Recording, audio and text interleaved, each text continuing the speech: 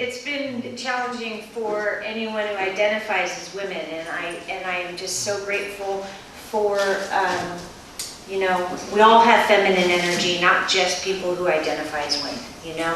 So I just want to shout out to everyone in the room who identifies as male that supports women through this year and what's going on and the threats to our rights, to our bodies, and that's what's inspired this one. It's called The Hourglass. I found a pile of women trapped in an hourglass covered in man prints. Down they tumble into an abyss of bickering with other capital. Battling the same oppressor, countless grains of lunacy made of moon mud. Scarlet from too many laws, 245 years of collateral blood.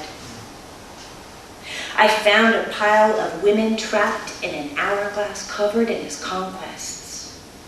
Choking down the other direction, a greasy glass tunnel lined in nails, dead witches, decapitated freedom fighters, revolutionary stuffed with lies and bullets. Down into a red, white, and blue whirlpool they go, met by fire torches and nooses, swinging in sour winds. To create breath, to conjure release, the pile of women laced their fingers into the calloused hands of whipped and tired men. Down from southern branches now hung next to him her uterus and tangles of snakes from her fire-seething head. I found a pile of women trapped in an hourglass covered in him, his man prints. Time is up. There's no more land to waste, Gaia says. Master changes his tools and tactics, but the outcome is still piles of us, lost in our salts, trapped in his man prints. In his hourglass, we are suffocating. Time to see that in our differences, our feet bleed the same.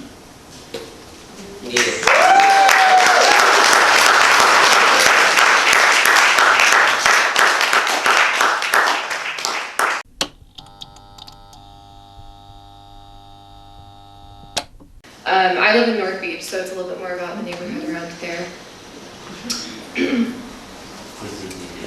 I fell in love with you that day, but I didn't know it then. The day the random man began to play Star Wars on his accordion at 1 a.m., reverberating down my street and rousing me from sleep. I love that he caught the attention of ABC National News in April 2020 that claimed, "Accordion player comforts people amidst the uncertainty of COVID-19 virus." I loved how I knew he'd been at it for months. I love that I would never think to name his noisy nuisance as comforting. I love that several friends sent me the Insta post praising his emotive aid, where I had been diligently documenting his late night musical escapades. I love that one day, I recalled he hadn't played in a while. I love that not seeing a stranger like this ever again falls, inevitably descends into mystery. I love that I will never know who heard him next or last. I love that I have the phone number of the hole-in-the-wall coffee shop that used to be below me, so I could text them my order like an old friend. "Good morning, tall redhead, please be down in 10. I hate that the drinks were named after hair color. Ew. I love that they did jam sessions on Sunday afternoons. I love that they always brought a rug and sometimes brought a pug, and I love that on a random day in June, the scene of seeing an old man goofy groove with a hula hoop made my eyes fog with joy. I loved feeling so full, so allowed to enjoy, in a year that felt so empty, so dreadful and devoid. I love that later I realized, boy, I don't really like their coffee. I love that once the parklets arrived, I had a joke to drop quarters in the parking meters no longer alive to confuse the collectors, an amusing connector. I love that they still check them anyway. I love that across the street stood an art gallery. I cried when I saw it close. The same day I carried away boxes of my donated clothes. I love that months later when I walked by, there was a new open sign. I sighed when I saw every inch of the floors being painted with beautiful designs. I love that turns out it's now a thrift store. I love that the old can be made new, parts reused. I love that peak pandemic, at points when I felt awfully, absurdly alone, I could go sit in Washington Square Park and feel so incredibly close to what I don't know. I love that at night, if I cracked my windows just right and was cautiously quiet, I could hear the sea lions riot. I love that I can still remember the smell of pizza that persistently hovered my hall. I love that the memories return in pieces, first a few, then them all. I love that when I now walk by and look up through the bay windows that used to be mine, I see paintings hung up where I'd always wished I'd have too. I imagine who lives there, and I wonder what they love about you. I love that months later, one day, a meeting miraculously manifests. I love that the new tenant turns out to be a mutual friend. I love that we laughed in disbelief at the chance, at the destiny penned, and I love that I don't know what's funnier, how small and connected you are, or how naive I am to frequently forget it. But every time I remember, it makes me love you more. I fell in love with my city that day.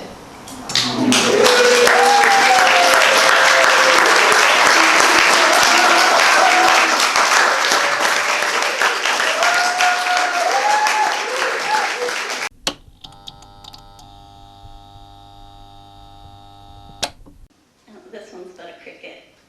Female cricket, 30s.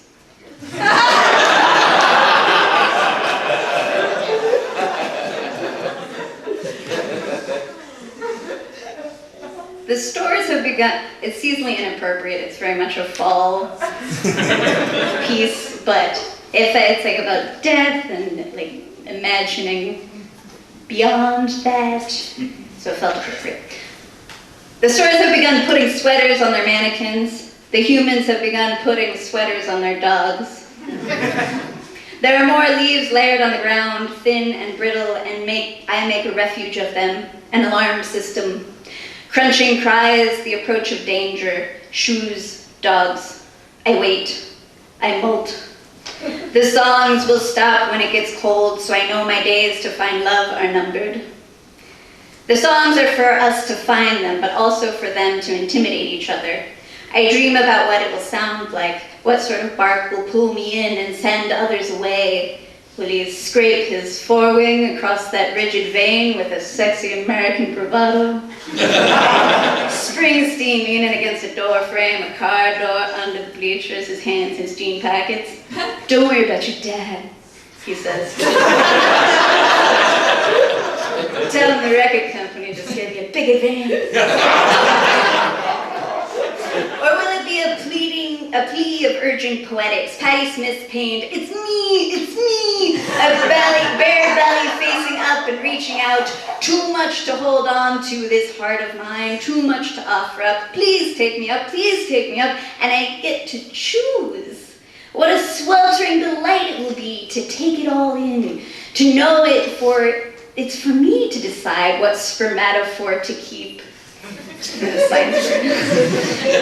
his song doesn't impress me, if he starts telling me things like, I'm just going through a lot right now, or I hear there's a lot of exciting things happening in the art scene down in LA, or I thought we were just having a good time. I'll get rid of it, I'll eat it, I'll build up my strength for a love that pulses stronger, steadier, heavy with light. In college, my best grade I managed was on an essay for a music history class that I wrote about Bjork. It compared her version of It's Oh So Quiet to the Betty Hutton one from the 50s. The song describes a quiet, crept through, whispered around so as not to disturb one at rest, and then it happens to you as suddenly zapped with love. Chaos, ultimately. There are these explosive cries, zing, boom, projectiles of sound that will surely catch someone in the eye, and she lands on, so what's the use? But of course we don't believe her. I know that's what I'm built for. It really is a risk, though, not just what Bjork's talking about, but the songs themselves put the singers in danger, vulnerable to exposure, to infiltration, Imagine a deep, warm summer night. Instead of singing from all sides, it's silent. No sounds of successful unions, breath and bodies in victorious vibration. No juicy bachelors ready to build a family, but pibbery husks, quiet and crisp. I've heard stories. A sweet singer eaten from the inside by baby tachinins. Their mother fell in love with his song too, but she made him into a feast instead of a father. When I was a teenager, there was this fashion catalog that came in the mail. The clothes were too expensive. Mom put it in the recycling, but I took it out and I kept it in my drawer for years. There was this one page from what was presumably their fall campaign. A young couple in a cabin.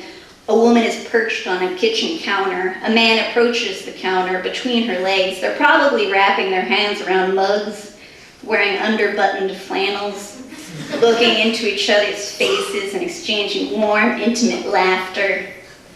I don't know what it was about the image that captured me. Maybe it was because she was sitting on the counter. That would have never been allowed. Love is chaos, smirking with bare legs, and it's cold outside.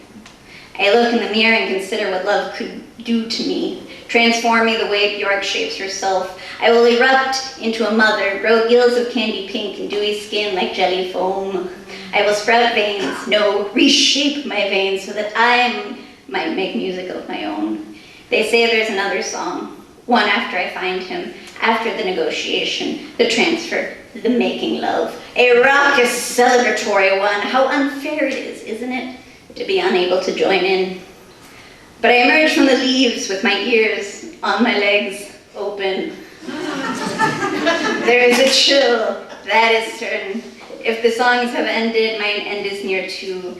If the love in me, it will not purl and multiply. May it be released and repurposed.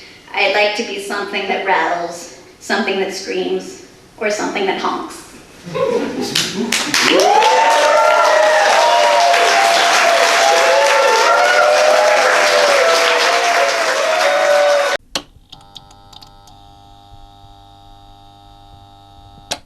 It's the final poem in Lion Street, and my friend Larry Beckett, who was one of the great living American poets, completed a 47-year project called The American Cycle, which is a 750-page book that came out at the end of last year. And Larry, in reading this, said that the end of this poem, the last four words, capture what is the myth of California, which is a land we arrive because the possibility of renewal is always there.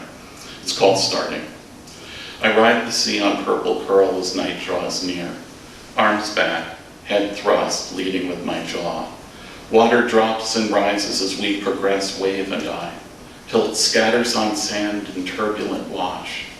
I roll in the froth, stand, shaking water from my head like a dog.